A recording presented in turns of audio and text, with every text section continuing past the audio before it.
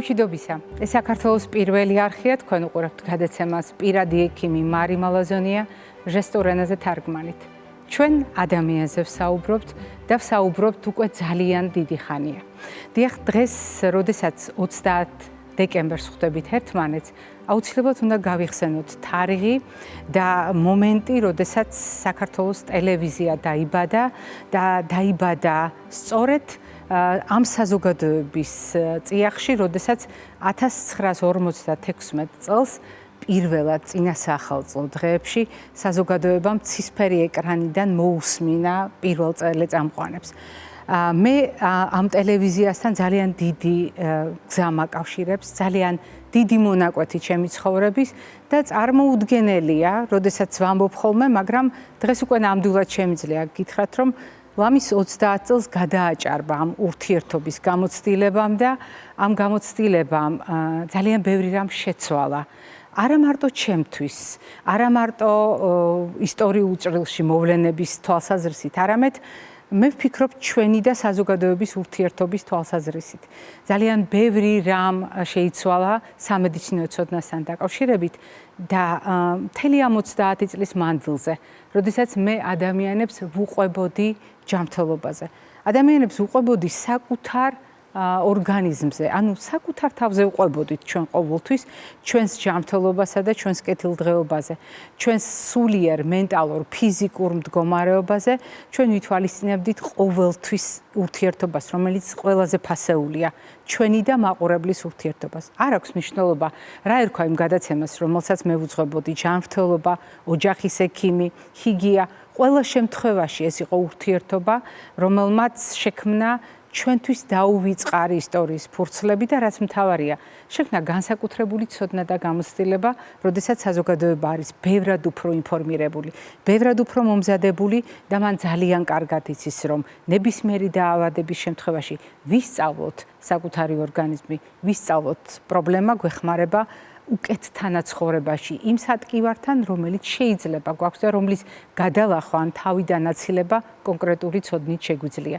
გრძელია ნამდვილად ეს გზა თავად ტელევიზიისთვის და მე ჩემი მხრივ აუცილებლად გაგახსენებთ, რომ ეს გზა ერთად გამოვიარეთ, თქვენთან ერთად გამოვიარეთ და წარმოუდგენელია თქვენი როლი.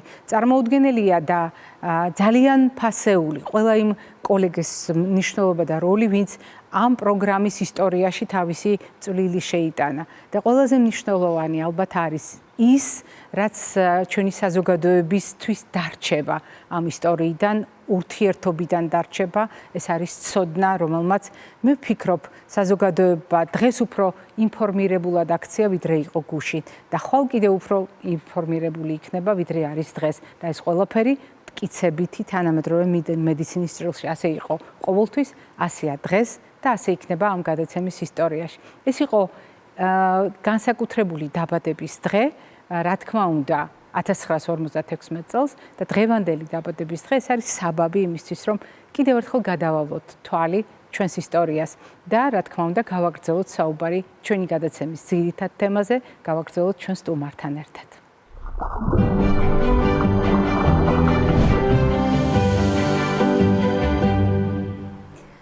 სადღესასწაულო დღეებში ყველას აქვს განსაკუთრებული განცდა იმისა, რომ ლამის ბავშვად იქცა, იმიტომ რომ ასოციაციები იღვიძებს და ბევრ ჩვენგანს სუნი, ფერი და ასე შემდეგ ბავშვობის სადღესასწაულო შთაბეჭდილებას გვახსენებს.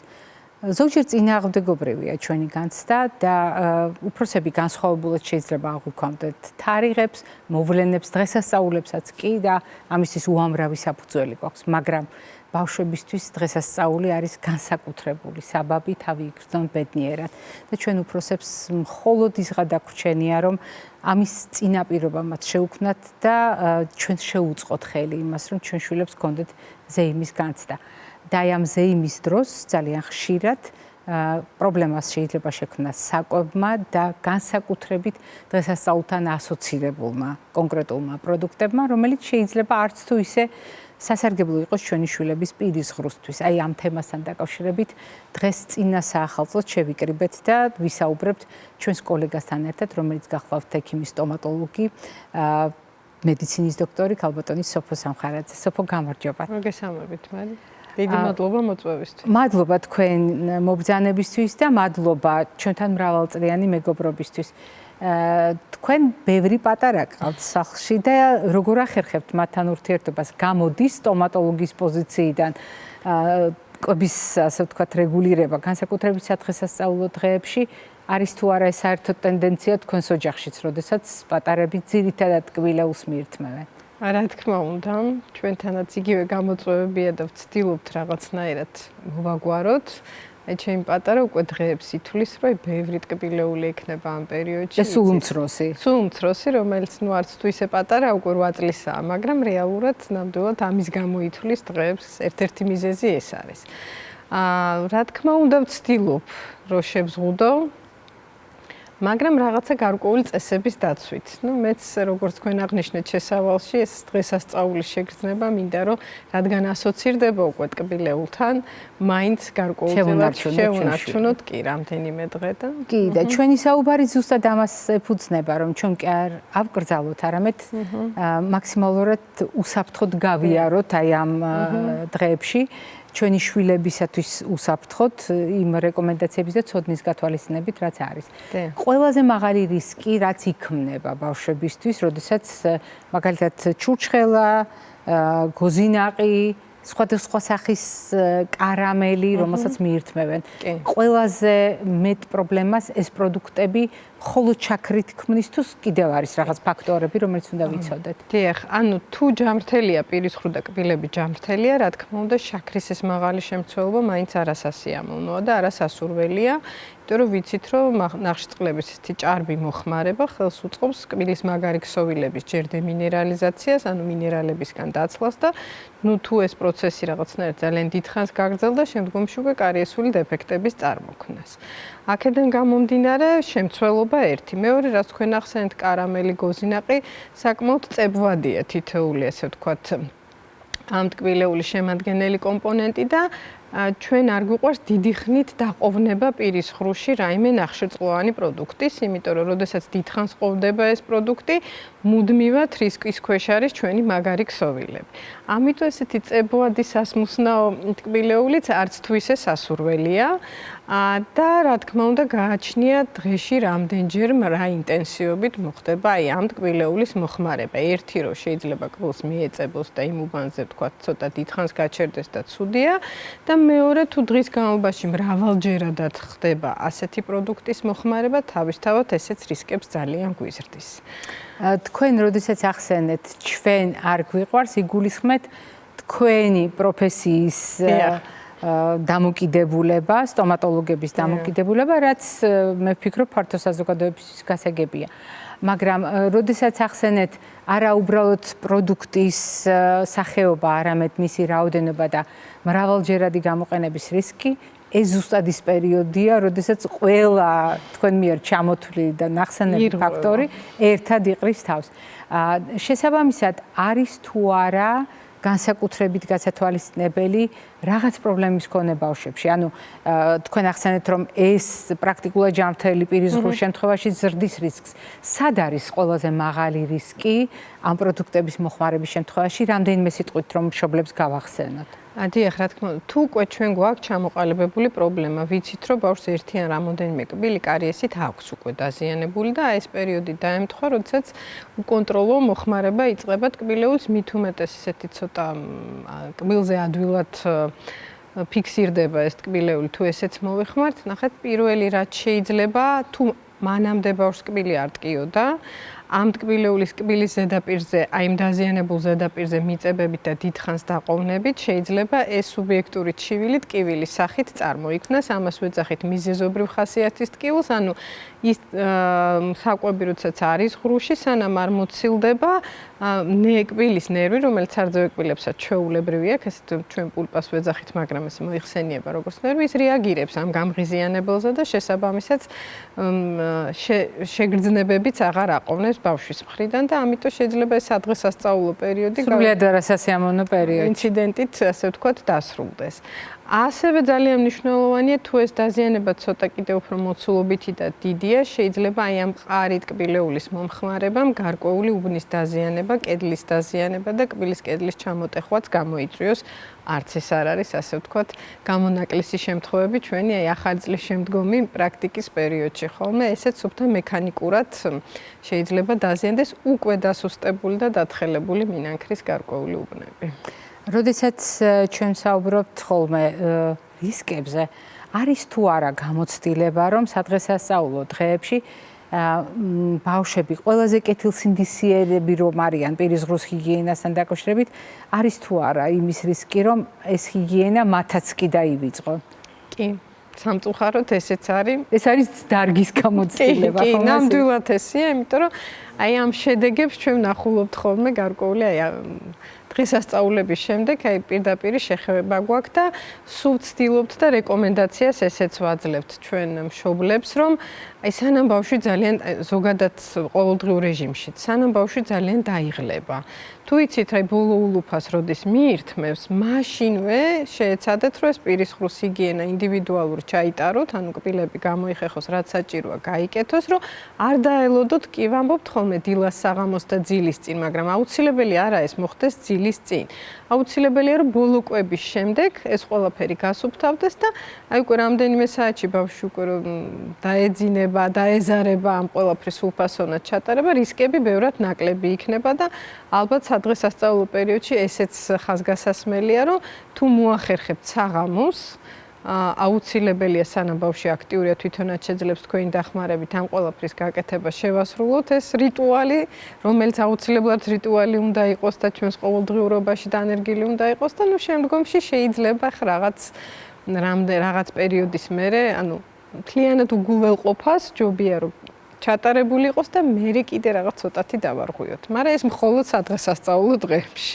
მე მომეწონა თქვენი დამოკიდებულება, სოფო, იმიტომ რომ მიუხედავად შეხსენებისა, თუნდაც იმ ყოველდღიური რიტუალებისა პირის ღრუს ჰიგიენასთან დაკავშირებით, თქვენ მაინც დაუშვით გამონაკლისი, როდესაც შეიძლება გახეხილი პირის ღრუთიც კი პატარამ ვერ დაძლიოს სტუნება და რაღაც ნუგბარი აღმოჩნდეს მის პირის ღრუში.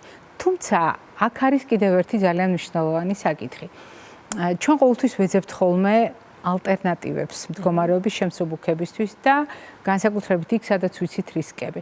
აქ ვიცით რისკები, ვიცით პროდუქტების კონკრეტული იერსახეც და სახელებიც, ვიცით ჩვენი შვილების განსაკუთრებული დამოკიდებულებაც და რაღა ბავშვებს გაუმტყუნოთ დიდებიც როგორც წესი, დიახ, სიამოვნებით არღვევენ ხოლმე ამ მიდგომებს და პრინციპებს, მაგრამ არის თუ არა რაღაც ხრიკები, რომელიც გარდა უკვე ნახსენები თქვენი რეკომენდაციებისა მეტად იცავს ბავშვის პირის ღრუს ასაკის გათვალისწინებით, მისი მდგომარეობის გათვალისწინებით, იგივე პირის ღრუს მდგომარეობის გათვალისწინებით, რომელიც შესაძლოა ძალიან წაადგეს ჩვენ მშობლებს. მე დარწმუნებული ვარ წაადგება, თუ ამას დღესვე გაითვალისწინებენ, იმიტომ რომ წინ საკმაოდ გრძელი გზა, მით უფრო რომ არ დადეგები, როდესაც იწყება, არ დადეგები და სადღესასწაულო ვთქვათ, თარიღები განსაკუთრებული ნუგბარის თანხლებით ეს საკმაოდ სახიფათო კომბინაცია. ერთად, ანუ ბევრი დრო არის იმისთვის, რომ რაღაცა წესები დავარღვიოთ. დიახ.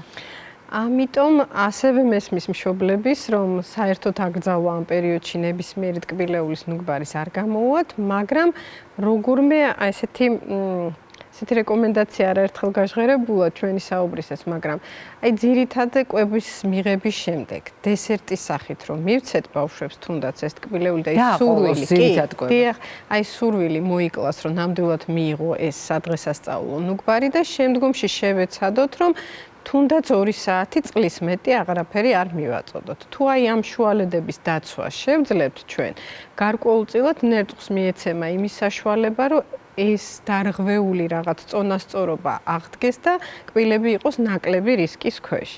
აქვე თქვენც მითხარით, რომ აი ეს რაღაც გამონაკლისი რო დაუშვით. ნახეთ, გარდა იმისა, რომ კბილეული ცუდია, მაგრამ ძალიან მნიშვნელოვანია, რომ მექანიკურად მოხდეს კბილის ზედაპირის გასუფთავება ჯაგრისით. ანუ ნახეთ, ახალ გამოსუფთავებულ კბილებზე ის მიკრობული ნადები, რომელიც პასუხისმგებელია ყველა იმ პრობლემის, რაც შემდგომში კბილებზე ვითარდება, არის ბევრად ნაკლებად წარმოდგენილი, ამიტომ თუნდაც კბილეულის მიღებაც გამოიწვევს ბევრად ნაკლებად მჟავე ტუტოვანი წონასწორობის ცვლილებას, ანუ მჟავიანობისკენ გადახრას. ანუ ეს გადახრა იქნება ბევრად ნაკლები თუ კბილები წინასწარ გასუფთავებულია. და აი ამ შემთხვევაში ეს რისკები რაღაცნაირად მინიმუმამდე შეიძლება დავიყვანოთ, ასევე ჭარბად წყლის მოხმარება, რა თქმა უნდა, ხელს შეუწყობს აი ამ ყველა ნეგატიური, ასე ვთქვათ, თამდევი ფაქტორის შემცირებას. მე ბოლოდან ჩამოვთვლი, ანუ წყლის გამოყენება, როდესაც ვამბობთ ინტერვალების დაცვა, მექანიკური გასუფთავება და თუ ვლაპარაკობთ კომბინაციაზე ძირითად კვებასთან, მაშინ ძირითადი კვების შემდეგ დესერტის პრინციპით გამოყენება. სულ ცოტა 4 კომპონენტი გავითვალისწინეთ, მათ შორის გავიხსენებ იმ დაშვებასაც, როდესაც პირის ღრუს გახეხვის შემდეგ კი მაშინაც შეიძლება პატარას კონდეს სტუნება და ასეთ შემთხვევაში მინიმალურ ზიანს მივაყენებთ. კარგად ავითვისეთ მე მგონი, მაგრამ ეს ყველა ასაკობრივ ჯგუფს ეხება, ანუ 0-დან 18 წლამდე ბავშვებზე, როდესაც ვლაპარაკობთ, ჩვენ ვლაპარაკობთ ბავშვებზე თანამედროვე სტომატოლოგია, სარძევე პირველი კბილების შემთხვევაში და კბილების ამოსვლამდეც. ეს იმას ნიშნავს, რომ რა თქმა უნდა, ბუნებრივ კვებაზე ბავშვი გოზინახს არ ჩააგნატუნებს, მაგრამ ყველა შემდეგ ასაკში არის ასეთი კბილეულის მირთმევის რისკი. არის რომელიმე ასაკში განსაკუთრებული თავისებურება, იგივე მოზარდების, ან ბავშვების, რომლებიც კბილთა ცვლის პერიოდში არიან, ან სპეციალური მოწყობილობები აქვთ, თქვათ, თანკბილვის გასასწორებლად. არის რაღაც რეკომენდაცია, რომელიც ასევე უნდა გაითვალისწინოს ოჯახმა. კი, გარკვეულწილად იცით რა, ეს რეკომენდაცია ყველასთვის ძალიან, ასე ვთქვათ, მისაღები და კარგია, აი თქვენ რაც ახსენეთ, თუ რაიმე მოსახსნელი თუ მოუხსნელი კონსტრუქცია ბავშვს პირის ღრუში აქვს ფიქსირებული, შეიძლება ორთოდონტიული მკურნალობის გამოც იყოს. ეს ბავშვები ავტომატურად მიუხედავად იმისა, რომ არანაირი შეიძლება დაზიანება ჯერ არ ქონდეთ, გადადიან საშუალო რისკ ჯგუფში კარიესის განვითარების. იმიტომ რომ ნებისმიერი ხელოვნური კონსტრუქცია პირის ღრუში ხელს უწყობს ნადების დაგროვებას და შესაბამისად რისკები შედარებით უფრო იზრდება. ამიტომ აი ესეთ ბავშვებში, ვისაც სვლადი თანკბილო აქვს, ანუ აქ უკვე სარძევე კბილები პირის ღრუში ჯერ კიდევ აქვს და უკვე წამოსულია მუდმივი კბილებიც. რა თქმა უნდა, მათთან კიდევ უფრო განსაკუთრებით ყურადღებით უნდა ვიყოთ და რატო? ახლა დამოჭრილ მინანქარს დაახლოებით ესე ძალიან ასეთი ზუსტი თარიღი რო არ ვთქვათ, 2 წელი მაინც სჭირდება, რომ საბოლოოდ მომწიფდეს, მინერალიზაცია განიცადოს და ესე კარგად ჩამოყალიბდეს. ამიტომ ეს პერიოდი განსაკუთრებით, ასე ვთქვათ, საყურადღებოა მშობლების მხრიდან, სტომატოლოგების მხრიდანაც მათ შორის და ესეც უნდა გავააზრებინოთ ჩვენ პატარას, რომ აი ეს რაღაცა პერიოდი მაინც ძალიან ესე ვთქვათ, სწორად უნდა მოუაროს ამ თავის ძალიან ლამას და თეთრ კბილებს, რომ მთელი ცხოვრება მომხიბვლელი ღიმილი კონდეს. მიუხედავად სადღესასწაულო სტუმრობისა. სოფო, ძალიან დიდი მადლობა ჩვენთან სტუმრობისთვის, მრავალწლიანი მეგობრობისთვის და თანამშრომლობისთვის. წინასწარ გილოცავთ დამდეგს. ჯანმრთელობას, დღეგრძელობას გისურვებთ და თქვენს ყველა პაციენტს ვუსურვებთ, რომ მიუხედავად თქვენი პაციენტები არიან ბავშვები, უნდა ვთქვათ, რომელთაც აქვთ ხოლმე ნამდვილად ასეთი ცდუნება და შეიძლება სადღესასწაულო დღეებში სულაც არ უნდოდეთ სტომატოლოგებთან დაკავშირებული ვიზიტები, მაგრამ ვუსურვებთ, რომ გქონდეთ ჯანმრთელი, არა მარტო კბილები, არამედ ძალიან ჯანმრთელი ორგანიზმი, გქონოდეთ ყველა წინაპირობა იმისთვის, რომ ფიზიკური, მენტალური და სოციალური კეთილდღეობა მათი იყოს უზრუნველყოფილი. რა თქმა უნდა, მარი უღრმესი მადლობა ყოველთვის მოწვევისთვის და ძალიან სასიხარულოა თქვენთან სტუმრობა და ასევე მეც ნამდვილად ვიმედოვნებ, რომ ყოველთვის ჩვენი პაციენტები არ იქნებიან პრობლემით ჩვენთან წარმოდგენილი, ამ რეკომენდაციებს გაითვალისწინებენ და უბრალოდ ესე პერიოდულად ერთმანეთს მოვინახულებთ, მოვიკითხავთ ხოლმე და რაღაც რეკომენდაციებით შემოვიფარგლებით. დიდი იმედი მაქვს, რომ ყველა სტომატოლოგის და მით უმეტეს ბავშვთა სტომატოლოგის ესეთი აქტიური ცხოვრება უფრო ამ რეჟიმში გადავა ჩვენს რეალობაში. კიდევ ერთხელ მადლობა სოფო, მაყურებელს შევახსენებ დღევანდელი ჩვენი გადაცემის სტუმარი გახლდათ ბავშვთა სტომატოლოგი, მედიცინის დოქტორი ქალბატონი სოფო სამხარაძე. მე არ გემშვიდობებით, რასაკვირველია ჩვენ ვაგრძელებთ საუბარს და ვაგრძელებთ იმის გადამოწმებას, როგორ მუშაობს ჩვენი შუქნიშანი და როგორ ახერხებენ ადამიანები მოძრაობას შუქნიშნის შესაბამისად. ლუკა ფანქველაშვილის მორიგი სიუჟეტი ამ ციკლიდან.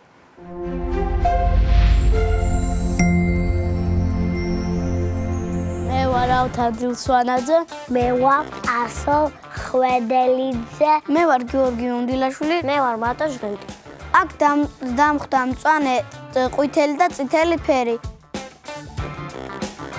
მწვანე იყო ყველაზე კარგი ჩვენი კულებისთვის. კაია, მაგრამ ბევრი არ შეიძლება, ეგ უნდა დავდოთ ყვითელზე. ცუდი პროდუქტები უნდა დამედო წითელ ფერზე. ჩემთვის რაც უფრო რბილია და ისე, უფრო კარგად სიჭმება. ვაშს დავდებ მწვანეზე.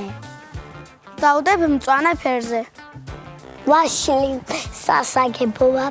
ორაგულს დავდებ მწვანეზე. თევზს დავდებ ყვითელზე. მე თევზს დავდებ წითელ ფერზე. ორაგული იმიტომ დავდე თან ჩვენთვისაც სასარგებლოა, რბილიცაა და იმიტომ დავდე მწვანეს. აუ, თევზი მწვანეზე უნდა დამედო. შაქარს დავდებ წითელზე. შაქარი და შოკოლადი იმიტომ დავდე წითელზე, რომ კბილებისთვის არაჯანსაღია. და დონატებსაც წითელზე. მე დონატებს დავდებ მწვანე ფერზე. დონატს კი დავდებ მწვანეზე. დონატები ჩემთვის შეიძლება შოკოლადია, შეიძლება კბილებისთვის მტკივნეული იყოს, მაგრამ მაინც რავი, რბილია. დონატები მე მწვანე ფერზე იმიტომ დავდე, რომ ძალიან მიყვარს. დონატს დავდებ წითელზე. დონატები აფუჭებს კბილებს. მე კიტრს დავდებ მწვანე ფერზე. კიტლი დავდებ მწვანეზე. კიტრს დავდებ მწვანეზე. კიტრი იმიტომ დავდებ მწვანეზე, რომ ზრდისთვისაც კაია და კბილებისთვისაც. საღაჭ რეზინს დავდებ მწვანე. დავდებ წითელზე. საღაჭი რეზინა იმიტომ დავდებ მწვანეზე, რომ შეიძლება არ იყოს ისეთი რბილი, როგორცაც მე ვამბობ, მაგრამ მაინც როცა ღეჭავ, შენ კბილებისთვის კარგია და ყველასაც ავალიჟე. შაქარი იმიტომ დავდებ ყვითელ ფერზე, რომ შაქარი არ მიყვარს. ყველი იმიტომ დავდე ყვითელ ფერზე, რომ ყველი არ მიყვარს. ისე რა მიყვარს. ნაყინი დავდებ ყვითელზე. ნაყინს დავდებ ყვითელზე. ნაყინი იმიტომ დავდებ ყვითელ ფერზე, რომ ნაყინს რო ვჭამ, კბილები მიცივდება და ყელი მიცივდება. ყველს დავდებ მწვანეზე. ყველს მწვანეზე. მე ყველს დავდებ ყვითელ ფერზე. საერთოდ არ იყოს ფერები დამაბნეველი და მე როგორც მინდოდა ისე დავდე ამ ფერებზე ეს პროდუქტები. კი ძალიან მომეწონა ეს თითო სიტუაცია, სადაც რა უნდა გადამელაგებინა და კიდე რავი, კიდე მოვიდოდი აქ ძალიან სასიამოვნო პროცესი იყო. ძალიან მომეწონა, გავერთე და კიდე მოვახომე. მე ექიმი რა პასუხებს მეტყვის, ის ძალიან მაინტერესებს. კარგ შევასებას მომცემს და მაინტერესებს კიდევაც. ძალიან მაინტერესებს, რომ დავდე პროდუქტები, როგორ შემიფასებს წამყვანი.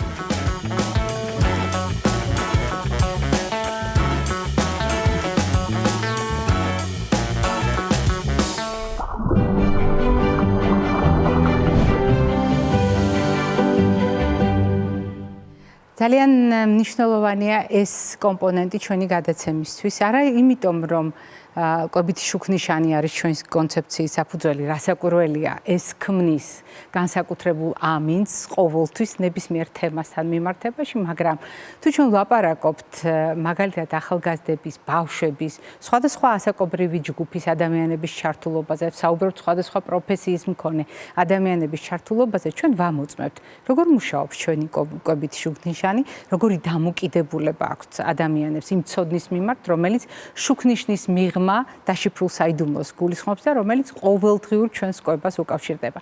ალბათ შენიშნეთ, როგორი იყო მათი დამოკიდებულება, პატარების დამოკიდებულებას და არც ისე პატარების დამოკიდებულება აზროვნებაში. ძალიან მნიშვნელოვანი იყო თქვენი მოსაზრებები. მე მიხარია, რომ თქვენ ძალიან ბევრი სწორი არჩევანი გააკეთეთ და იქაც კი, სადაც თქვენი არჩევანი თითქოს მოულოდნელი იყო, დასაფიქრებელია ჩვენთვის. ახლა მე მივმართავ ტასოს, ავთოს, გიოს და ვატოს. რა კი თქვენ კონკრეტული ფერები შეარჩიეთ კონკრეტული პროდუქტებისთვის, მეც გეტყვით. დიახ, თქვენი არჩევანი ჩვენთვის ყველაზე ლოგიკური და ბუნებრივია. რატომ? იმიტომ რომ ნაყინიც კი გაიმეტეთ ყვითელი ზონისთვის, მხოლოდ და მხოლოდ იმიტომ რომ ნაკლებად გიყვართ ან ნაკლებად გსიამოვნებს. ანუ გამოდის რომ თქვენთვის მამოძრავებელი რა არის? რა გიყვართ? რა გსიამოვნებთ, რა გირჩევნიათ. მე ვფიქრობ, რომ ჩვენთვის მშობლებისთვისაც ეს უნდა იყოს გასათვალისწინებელი. მიაქციეთ ყურადღება ბავშვებისთვის განსაკუთრებით ვატოს დამოკიდებულებას გამოვყოფ, არჩევანი უკავშირდება კბილებისთვის სარგო, რატომ შეიძლება იყოს რბილი პროდუქტები. ამ ნიშნით გადაანაწილა მან ეს პროდუქტები, ისევე როგორც ტასომ, ავთომ, გიომ გაანაწილეს პროდუქტები მათი წარმოდგენების შესაბამისად, მათი სარგებლიანობის გათვალისწინებით. როგორი არის ჩემი შეფასება? რა თქმა უნდა, საუკეთესო, იმიტომ რომ რა კი მათ უკვე აქვთ სწორი ორიენტირები.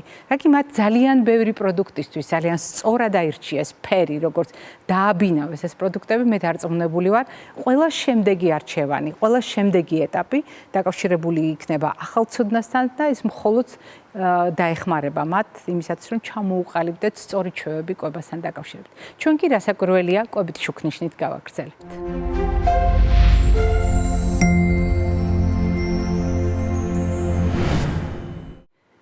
კვებითი შუქნიშნის თემაზე საუბარი ყოველთვის იწყება, თქვენ ალბათ შენიშნეთ, ამ ზონაში, როდესაც ეკრანზე ჩნდება თეფში.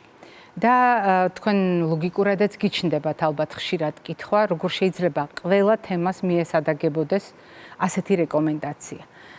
კიდევ ერთხელ გაგახსენებთ და სიამოვნებით ვიტყვი, რომ კვებითი შუქნიშანი არის ზოგადი პრინციპი, კონცეფცია, რომელიც სამფერი არ არის, სინამდვილეში მრავალფეროვან კვებას გულისხმობს, ყველა ამოცანის შესაბამისად და ყველა ადამიანის მოთხოვნილების გათვალისწინებით. მაგრამ ამავე დროს, როდესაც თეფშზე ვსაუბრობთ, ჩვენ ზოგად პრინციპებს გულისხმობთ, რომელიც აერთიანებს ადამიანის რაციონის ისეთ გადანაწილებას, სადაც ყოველდღიურ კვებაში გათვალისწინებულია ბოსტნეულიც და ხილიც, დღიური რაციონის სულ ცოტა ნახევრად, ხოლო მეორე ნახევრად მოვიაზრებთ აუცილებლად ცილოვან კომპონენტს მარცვლეულ ბურღულეულთან კომბინაციაში.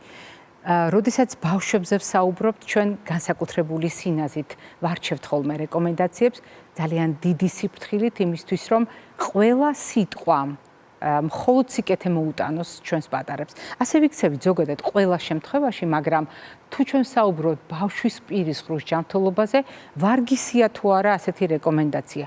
რასაკვირველია, ვარგისია და მე ვფიქრობ, ჩვენი ყოველდღიური საუბრების ფონზე, თუნდაც დღევანდელი რეკომენდაცია, რომელიც გარკვეულწილად საახალწლო შტრიხებით არის, რასაკვირველია, დატვირთული და გულისხმობს იმ პერიოდის თავისებურებებსაც, რომელიც უკვე დადგა და რომელიც წინ გველოდება, ვფიქრობ, მნიშვნელოვანი სახელმძღვანელოც კი შეიძლება აღმოჩნდეს ჩვენთვის, ჩვენი გადაცემის ჯგუფისთვის და ძალიან მნიშვნელოვანი გზამკვლევი აღმოჩნდეს მშობლებისთვის. რა თქმა უნდა, ჩვენ არ გვაქვს მკაცრი წესები. ჩვენ არ გვაქვს კანონები, რომელიც ადამიანების დამორჩილებას მოითხოვს. არავითარ შემთხვევაში. კვებაში არის ცოდნა, კვებაში არის ცვალებადი ინფორმაცია, რომელიც მოცემულ მომენტში, ახლა ამ წუთას არის თქვენამდე მოტანილი და გაზიარებული, როგორც მტკიცებითი მედიცინის და მეცნიერების ნაწილი. შეიძლება ეს ყველაფერი შეიცვალოს, რა თქმა უნდა, შეიძლება შეიცვალოს, მაგრამ ჩვენ ვცდილობთ, რომ სწორედ ამ ცვლილებების პარალელურად გაგიზიაროთ ინფორმაცია და ამავე დროს გაგიზიაროთ ისეთი პრინციპები, რომელიც მეტნაკლებად მყარია და რომელსაც ეფუძნება თუნდაც დღევანდელი ჩვენი რეკომენდაცია. რა არის ასეთი პრინციპი? ჩვენი შვილების უპირობო სიყვარული და ჩვენ შვილებზე უპირობო ზრუნვა. მე ვფიქრობ, ეს კანონი არასოდეს შეიცვლება, სანამ ადამიანი არის ცოცხალი. მაგრამ როგორ თარგმნოთ ეს ყველაფერი, მაგალითად საკვების ენაზე, როგორ მოვახერხოთ ისე, რომ ჩვენი შვილების მიმართ უპირობო სიყვარული იქცეს მათთვის სასარგებლო და ჯანმრთელობისათვის აუცილებელ კომპონენტად. დამოუკიდებლად იმისგან, რა შინაარსის პროდუქტებს ჩამოვთვლით, უკვე დამოკიდებულება, რა თქმა უნდა, არის ჩვენი წარმატების წინაპირობა. გვიყვარდეს უპირობოდ ჩვენი შვილები და ვიზრუნოთ მათზე.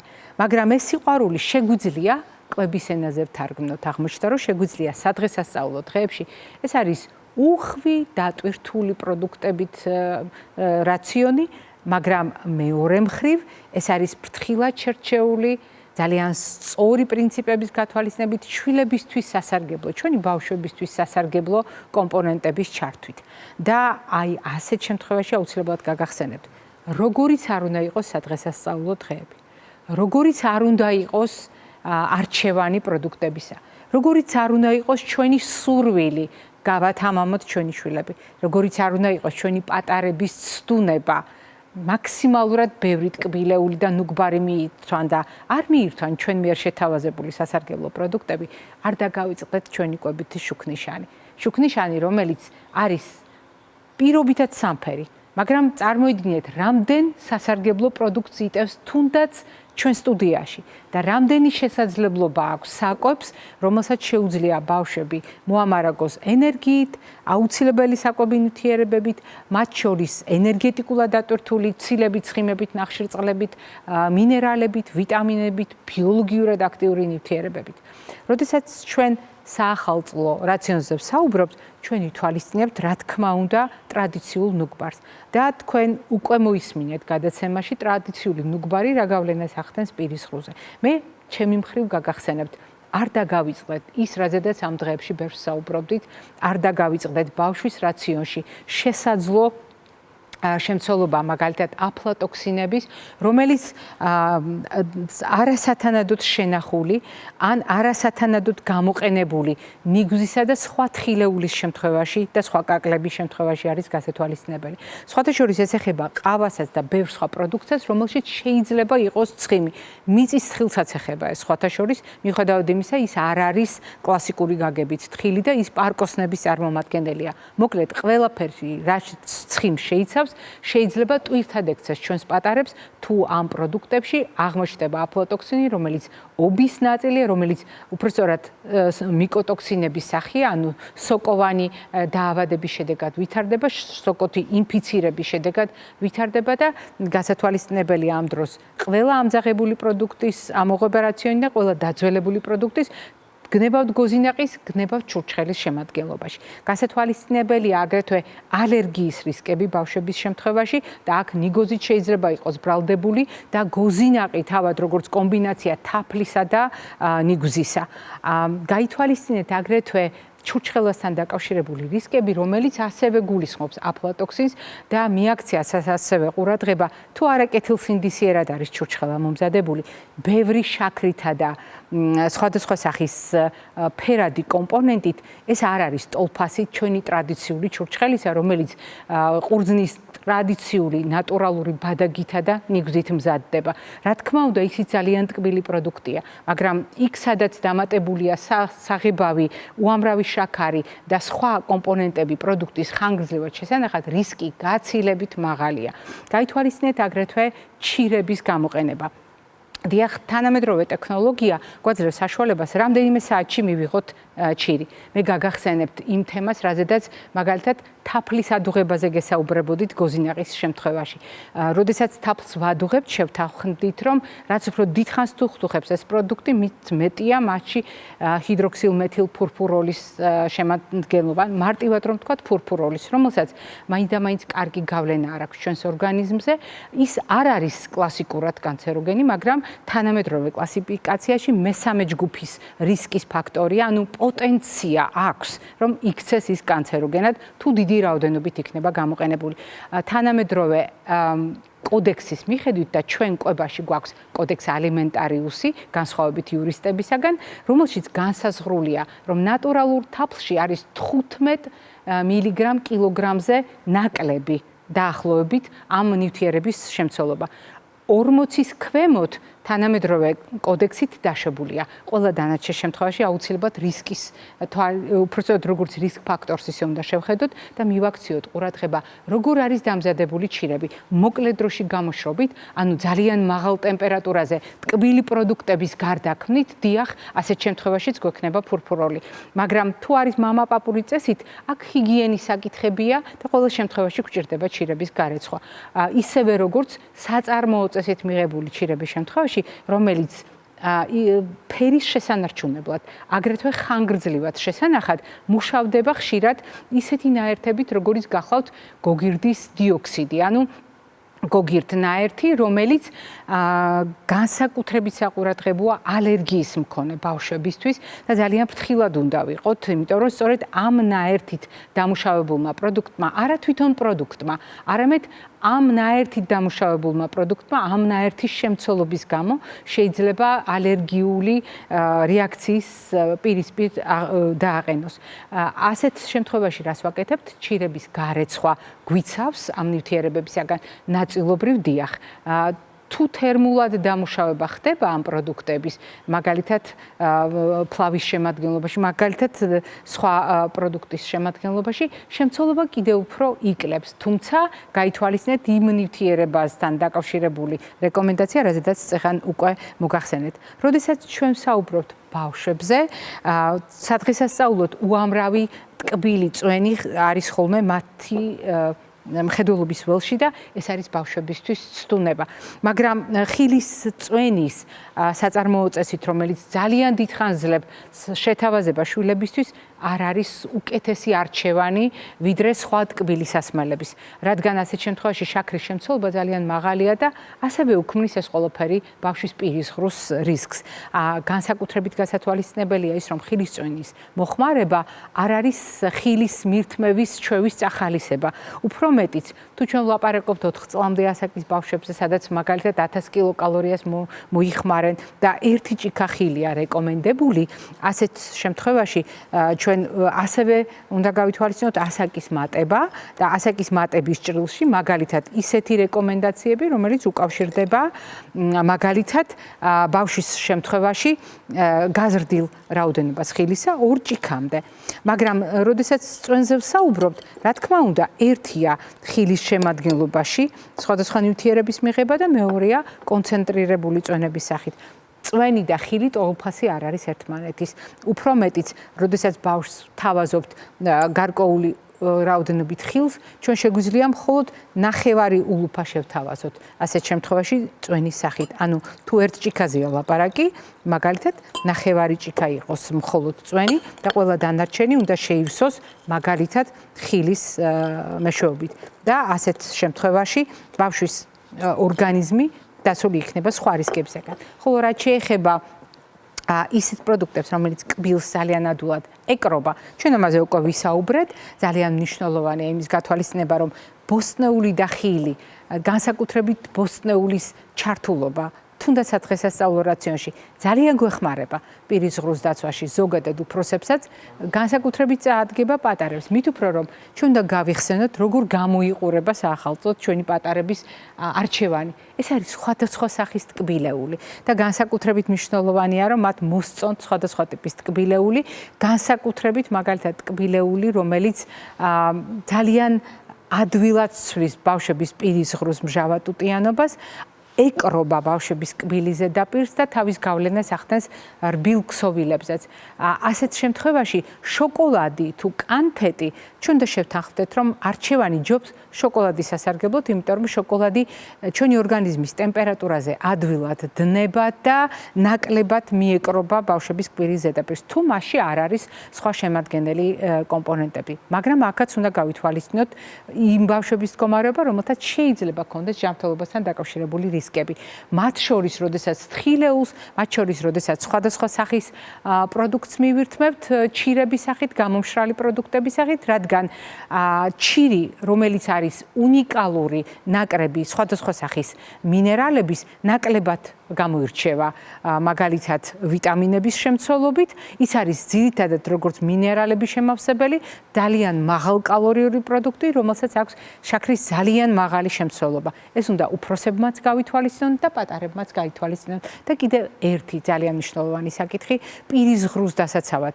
რატომ შეიძლება ბოსტნეულთან ერთად ძალიან წაგვადგეს ნებისმიერი ცილოვანი საკვები, რადგან ჩვენი ორგანიზმისათვის აუცილებელი სტრუქტურები ცილისგან შენდება. ცილა გვეხმარება აღდგენაში. ეს მე მგონი ჩვენმა მაყურებელმა ძალიან კარგად იცის, ხოლო რაც შეეხება პროდუქტებს, რომელიც ახლა ჩვენ სლაიდზეა, ეს არის ნაკრები რძის ნაწარმისა. ბავშვის შემთხვევაში თითქოს ყველაფერი გასაგებია და თქვენ ფიქრობთ, რომ ეს ყველაფერი საჭიროა იმისთვის, რომ კალციუმი მიიღოს ჩვენმა პატარამ და კბილები გქონდეს მაგარი. დიახ, ამაში არის გარკვეული საიდუმლო. ისევე როგორც ამ პროდუქტებში კალციუმთან ერთად არის D3 ვიტამინი, რომელიც ასევე ეხმარება ჩვენი შვილების ძვლების სიმტკიცეს. მაგრამ ამ პროდუქტებს თურმე ახასიათებს განსაკუთრებული თვისება, შეინარჩუნოს პირის ღრუში წონასწორობა ჩვენთვის მეგობრულად განწყობილ და მტრულად განწყობილ ბაქტერიებს შორის. დაიცვას სხვადასხვა წარმონაქმნისგან, ეგრეთ წოდებული ნადებისგან ჩვენი პირის ღრუ, ჩვენი შვილების პირის ღრუ პირველ რიგში და შესაბამისად დაიცვას ისეთი პრობლემებისგან, როგორიც გახლავთ კარიესი და როგორიც გახლავთ ღრძილების დაზიანება. ასე რომ სადღესასწაულოდ განსაკუთრებით მაშინ, როდესაც ჩვენ გული გწყდება, რომ ჩვენმა შვილებმა მხოლოდ ტკბილეულზე გაამახვილეს ყურადღება, მხოლოდ ტკბილეულს მიირთმევენ და უარი თქვეს ბევრ სასარგებლო პროდუქტზე, შეიძლება სახელდახელოდ ჩასახრამუნებლად შევთავაზოთ მაგალითად სხვადასხვა სახის ხელმისაწვდომი ბოსტნეული, მათ შორის შეიძლება იყოს სტაფილოს, შეიძლება იყოს კიტრიც, შევთავაზოთ ხილი, რომელიც ბევრად უფრო სასარგებლოა ვიდრე მისგან მიღებული სხვადასხვა სახის წვენი და აუცილებლად შევთავაზოთ რძის ნაწარმი. ის არის ცილის წყაროც, ის გახლავთ კალციუმის წყაროც, გახლავთ D ვიტამინის წყაროც, A ვიტამინის წყაროც, სხვადასხვა ბიოლოგიურად აქტიური ნივთიერებების, ცოცხალი ბაქტერიების წყაროც და წინაპირობა იმისა, რომ ჩვენი პირის ღრუ იქნება წონასწორობაში და ასეთ შემთხვევაში ჩვენთვის განცდა იმისა, რომ ჩვენი შვილების პირის ღრუ არის წონასწორობაში დაცული, მე ვფიქრობ ყველაზე მთავარი და ყველაზე საგულისხმოა. მე ხვალამდე გემშვიდობებით ჯანმრთელობას და დღეგრძელობას გისურვებთ.